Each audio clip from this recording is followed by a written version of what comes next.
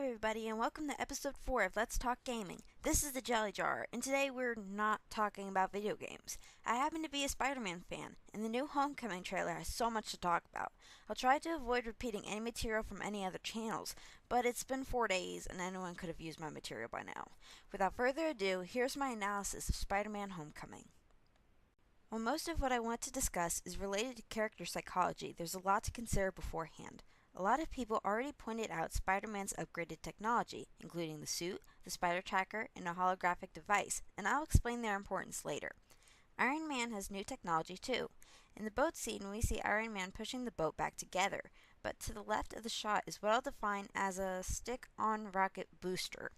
We see many missiles flying to the boat that are probably many of these stick-on rocket boosters, and my theory is that Iron Man has programmed them to land on each side of the boat and to sandwich the boat back together. Honestly, that's clever. There are also a few particular scenes that caught my attention. When Peter and Ned are in the school workshop, the object they're working on is probably some sort of accessory for the prototype suit. While Stark made Spider-Man's suit in the MCU, we know Peter is a genius himself. Since the Stark suit will be taken away, it makes sense that Peter would make new inventions to supplement for his taken ones, especially since he's about to fight a supervillain. I'd also like to point out that the handshake the boys make during this scene appears to have emotional significance, probably placing this scene prior yet near to the climax. Speaking of the climax, while many believe the climax takes place in the airplane sequence, I believe it takes place on the beach. In the airplane scene, we see that the plane is on fire, and Spider-Man is trying to land the plane so people don't get hurt. During the beach sequence, the sand is lit up in flames, so Spider-Man would have crashed the plane here, thus continuing the fight in this location. I'd like to point out that this particular beach is Coney Island, because an amusement park is located in the background. Now that I'm done analyzing the scenes, we can dive into the psychology of Homecoming. I'm going to tackle Tony Stark first since he's the easiest. He changed a lot since the Avengers. Big man in a suit of armor. Take that off, what are you? Genius, billionaire, playboy, philanthropist. I believe Tony's changing character is derived from Iron Man 3 and Captain America Civil War. In Iron Man 3, Tony's house is destroyed and Pepper is kidnapped, both due to his recklessness and irresponsible actions. Here's my home address. 10880 Malibu Point, 90265. I'll leave the door unlocked. Tony winds up having to use his intellect rather than rely on his technology in order to defeat the Mandarin. In Civil War, we see Pepper separated from Tony because of his recklessness, and not trusting his own lack of responsibility, Tony chooses to support the Accords. This leads to the division of the Avengers.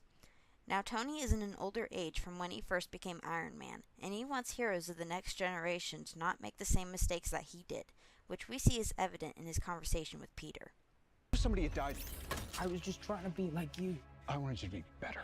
I'm gonna need the suit back. But I'm nothing without this suit. If you're nothing without this suit, then you shouldn't have it. So it looks like Tony is more important than I originally speculated from the first trailer, and he'll be a great mentor for Spider-Man. Now, Peter Parker is a very interesting case, because being a teenager, he has always been a dynamic character. The lesson, or change if you will, that Peter acquires in this movie is responsibility. When I said that I'd talk about Spider-Man's tech later, it's that time. Peter is reckless with his new Spider-Man suit. He's doing stunts on his webs, going into places he shouldn't, and he's even sharing an irresponsible amount of information with Ned. I know him too. Isn't it supposed to be a secret identity? Marvel wrote Stark into the script to make the Spider-Man suit so that it could be taken away. This forces Peter to learn responsibility by relying on his intellect and abilities to defeat the Vulture. If learning responsibility sounds familiar, that's because it is. Marvel attempted a similar moral when creating their Ultimate Spider-Man cartoon in 2012, which, if you're a longtime fan of Spidey and you watch the show, you know it was a failure. Now, before you think I'm demeaning Homecoming, or that I'm going to go on some sort of Ultimate tangent, you're wrong. While I'm not going to deny that Ultimate was a flop, the concept was pretty great. The problem is that the concept was poorly executed, because by being irresponsible, Peter is rewarded with new weapons and trinkets. It's counterintuitive. How is Peter supposed to learn anything out of that? It seems like Marvel has taken extra care to make sure the plot is executed properly in Homecoming, by making sure Peter is penalized for his recklessness.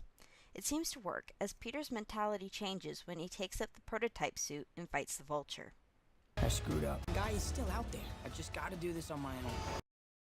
After all, with great power comes great responsibility. So that's the end of my homecoming analysis. If you have anything you want to add, the conversation always continues in the comments. Please leave a like if you enjoyed this video, and this is the Jelly Jar, signing off.